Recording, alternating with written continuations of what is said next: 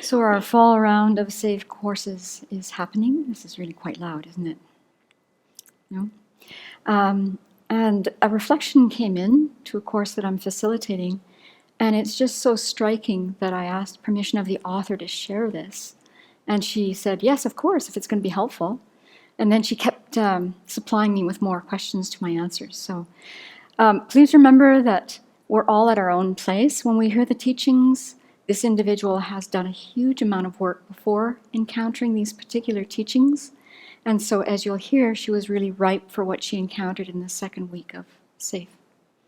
So she writes, I had a couple of aha moments this week. One was when Venerable Children shared how our attachment to our story will only hinder our working on the mental states we need to address in order to move forward. So that's how she starts. So this is my comment. We've all had experiences of attaching to my story. It's my story. I'm going to tell it to you. And this is going to explain everything about why I do what do I do. So you need to listen to my story because I'm going to keep telling it, maybe for the rest of my life. The sad result of being defined by my story or our stories is that we create a prison for ourselves. In time, the windows are removed in this prison. We throw away the key. And it becomes a solitary cell.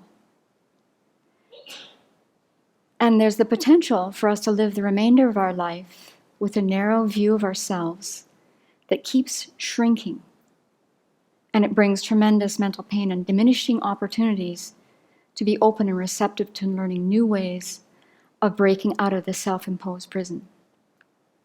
So we've all had this. We've all done this storytelling about ourselves. The ways we interpret the past, then we cling to them. And why have I clinged to them in the past? You can figure out for yourself. In the past, I simply wasn't shown any other way in the past. Or my stubborn mind just thought, it's the best story I've got right now, even though I've heard some teachings. So I asked her about a little bit more about this aha moment to give some background to see how we can appreciate how she dove into the teachings. So she said this. And I think we need to hear that she's done a lot of inner work over a great number of years. And she's actually taken advantage of every kind of help available. Every kind of help. So she was really primed when the teaching started in SAFE. She said this, I've had multiple surgeries on my spine over the years and I've lived with chronic pain since I was 16 years old. Today, I rely on a number of things to assist me in living with the pain. I do Tai Chi and I take classes 1 or 2 days a week, as well as keeping the practice up at home. That helps me focus, relax, and shift my mind off the pain. I call it my peaceful distraction. I go to therapy periodically for exercises. I do physical therapy twice a week. I also see a pain management specialist once a month. He's a doctor of osteopathic medicine, and we've been working together to come up with a combination of medication and other treatments that can help me deal with my pain as it progresses. Under his guidance, I'm taking the pain medication again, but in controlled amounts in combination with medication-free options. And then she says, I remember a point in time when I was finally able to walk with my story instead of constantly having to retell it and tell it and tell it, carrying it like a backpack on my back each day.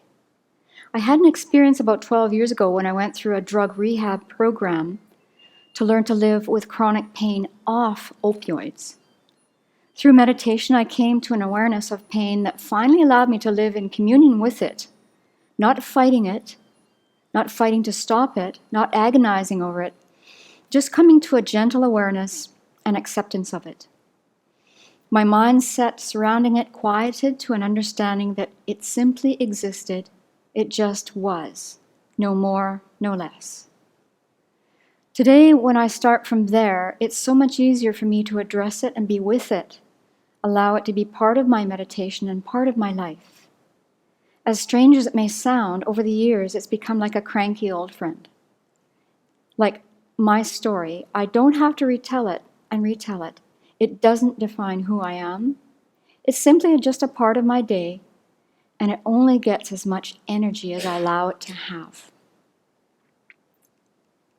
So when I read this so far in my life, I haven't personally had much experience with chronic pain, chronic physical pain. I've had lots of chronic mental pain. So, but eventually, if we all live long enough, we're going to experience chronic pain, or, regardless of our age, we may develop an illness, and then we're going to be living with this pain.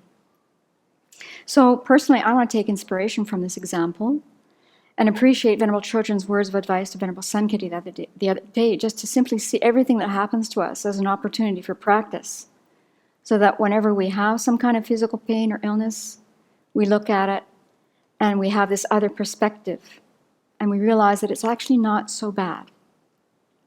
We can bear it when we think of how it could have ripened in another way that would have brought much more suffering. And we can feel fortunate this ripening is happening now, so that it won't obscure our mind anymore.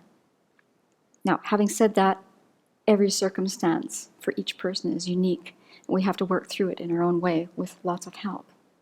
She goes on to say, my second aha moment came last night. Giving thought to the comparison between psychology and Buddhism, I was thinking about how we focus so much on healing ourselves. We read the self-help books, we go to therapy, we uncover every detail of who we are, we get all the tools. Sometimes we get degrees in psychology along the way. And then after years of uncovering all the reasons that we feel anxiety, depression, why we've developed addictions, and other various forms of mental illness, we end up at the same place. We sit with a mind that still needs to deal with ignorance, clinging attachment, and animosity, you name it. In the end, after all the clamoring, it comes down to transforming our thinking. Someone could have simply said to me on the way to the bookstore, look at your story and all that's happened to you. Now, put it aside because it no longer has any purpose.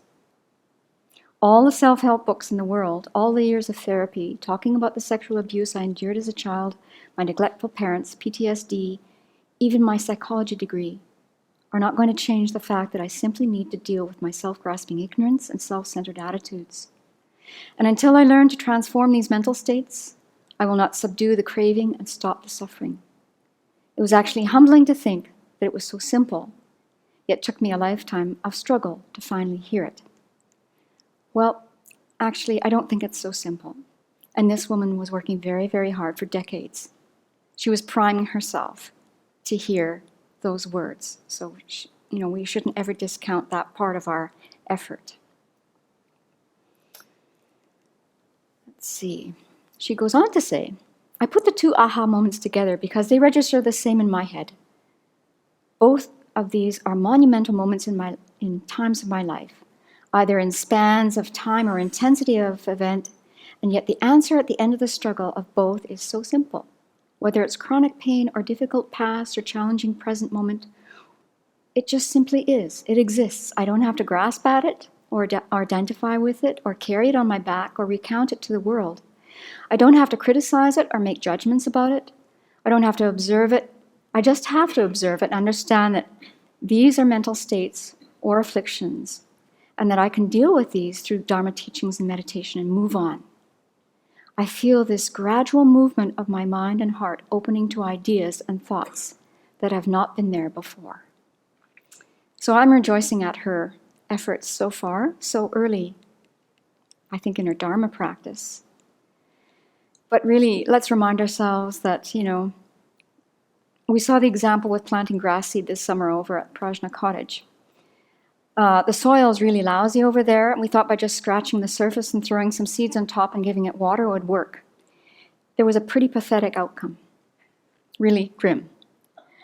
But then we discovered that if we put compost and good topsoil on top of the seeds and watered them, there's like poof, there's really growing action here. And it's the same thing with our mind. Don't start comparing yourself. Anyone in the room could say, look what she's done in this short amount of time. She's been preparing the ground for a long time. Who knows how many lifetimes, and boom, she meets the teachings and she really has something to grab hold of.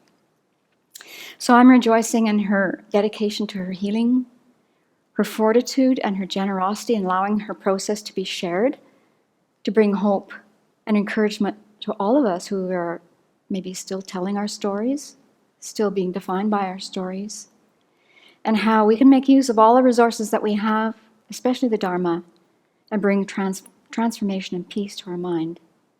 And as Venerable Chodo reminded us earlier this year, as practitioners, as spiritual practitioners, giving up or falling to despair is simply not an option.